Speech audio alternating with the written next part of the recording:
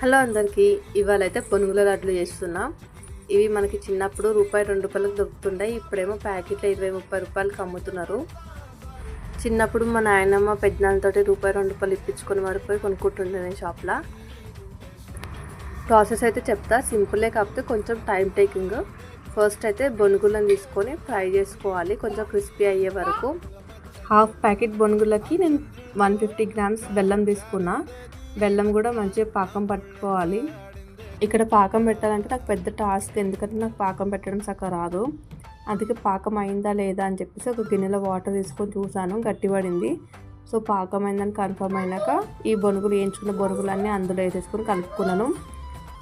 Stove బంద్ చేయకుండానే బొనుగులన్నీ కలిపేసుకున్నాను మంచిగా, ఎందుకంటే స్టవ్ బంద్ చేస్తే మళ్ళీ గట్టి పడుతుంది పాకం. అందుకని ఇక్కడ చేతులు కాలుతున్నాయని చెప్పేసి వాటర్లో చేయి పెట్టుకొని మరి లడ్లు కడుతున్నాను.